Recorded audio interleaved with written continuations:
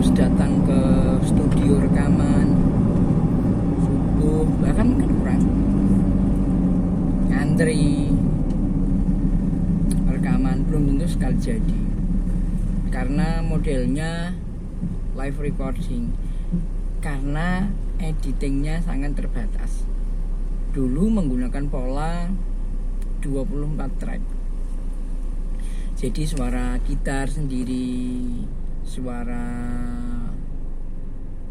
apalagi ya, drum sendiri, suara piano sendiri, untuk mengisi sebanyak 24 jalur tadi yang masuk ke dalam 24 track. Vokalnya pun sendiri, sehingga nanti akan bisa diedit sendiri-sendiri. Setiap track ini akan diedit dengan editan yang paling bagus, paling maksimal, termasuk vokal.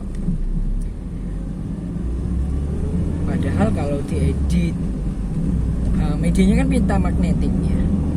Kalau diputer rekam, kualitasnya ya pasti akan menurun.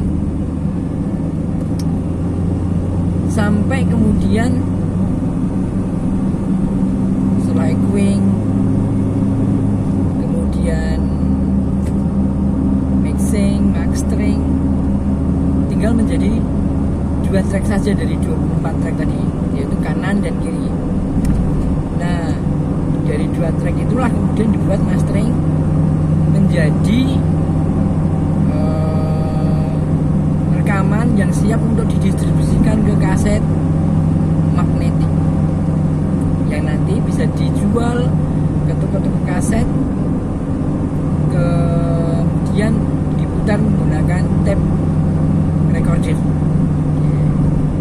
Prosesnya lama dan memang ini akan membutuhkan karyawan banyak, sehingga pengentasan kemiskinan memang cukup bagus. Tapi dalam perjalanan istilahnya recording ya, ini ada sesuatu yang luar biasa. Medianya tidak harus menggunakan pita magnetik, tapi sekarang menggunakan digital. Dulu sih menggunakan hard disk. Menggunakan hard disk ini kan mekanik, sehingga ya bagus, sebenarnya bagus. Tetapi manakala RPM-nya, putarannya, rotasi per menitnya sudah berganti, bisa jadi tidak bisa mengimbangi. Akibatnya kalau masih punya hadis yang dulu-dulu dimasukkan ke sekarang, biasanya kebakar karena RPM-nya berbeda. Rekaman sekarang berbeda, rekamannya menggunakan, bisa tadi saya katakan hard disk, atau juga memori di integrated circuit, sehingga hard disk dulu yang besar sekarang bentuk fisiknya mengecil, makanya segini ini nih, kecil sekali, mikro, walaupun kapasitasnya menjadi luar biasa, tambah banyak. Ini adalah sebuah inovasi yang luar biasa. Oke, kemudian setelah itu editingnya ditangani software. Kalau dulu editingnya mengandalkan perangkat keras, sekarang editingnya menggunakan software. Dengan editing seperti ini, kita akan bisa melihat secara detail dan mencari track manapun dengan cepat. Berbeda dengan dahulu pita magnetik yang harus sekuen, sehingga sekarang pendistribusiannya juga cepat. Kalau dulu di toko kaset ini sudah berubah menjadi toko digital, sehingga toko-toko digital seperti Spotify, Joox ini menjadi berkembang sangat pesat. Teknologi pemutarnya pun juga berbeda.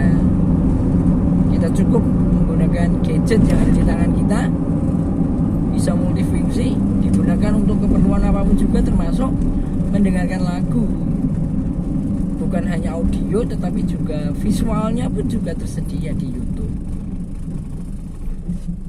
Dunia sudah berkembang sangat pesat, sehingga kita bisa memanfaatkan pola ini, model ini untuk keperluan usaha kita. Kalau Anda punya karya cipta lagu misalnya, atau sandiwara atau apapun yang berupa seperti itu, kita bisa masukkan ke dalam toko digital ini. Nih, sehingga apa? Kalau misalnya kita punya lagu, kemudian kita lisensikan ke agregator. Kalau sudah dimasukkan ke agregator, maka semuanya diambil alih oleh sana. Kalau misalnya ada orang yang pengen mengcover lagu Anda, sekarang nggak perlu izin lagi. Agregator lah nanti yang akan membagi penghasilannya. Jadi kalau sudah dimasukkan ke agregator, seorang pencipta lagu tidak perlu ngurusi di cover siapa dan sebagainya, karena nantilah yang akan mengurusi adalah agregator. Termasuk kalau seandainya kemudian dimasukkan ke dalam YouTube, maka akan ada dolar merah, dolar kuning, dolar hijau. Dolar merah itu bisa strike, bisa tidak bisa dimonetasi karena mengandung mungkin karya orang lain. Tetapi ketika dolar olah bisa jadi ketika tidak bisa dimonetasi, bisa jadi uangnya yang didapat akan dikirim ke pemilik asli konten lagu misalnya, begitu. Kalau sharing dolar hijau Anda dapat, yang punya lagu juga dapat. Nah, yang strike ini yang bahaya kalau misalnya Anda strike. Jadi diperingatkan, misalnya itu ada kecelakaan yang terlihat darahnya mancar-mancir, pembulian, kata-kata sensitif, sara dan sebagainya. Sehingga ketika kita sekarang boleh saja agregator menghubungi. Ketika menghubungi nanti statusnya di YouTube tidak lagi sharing atau dolar kuning merah, tetapi full ya, karena mungkin sudah membayar. Jadi kalau lihat karya-karyanya Didi Kempot itu banyak di cover, tetapi mereka izin dan bayar, sehingga mereka mendapatkan pendapatan full tapi bayar ya. Nah, dengan cara seperti ini kita semua akan bisa berkarya, akan bisa mendapatkan penghasilan yang luar biasa dari rumah kita.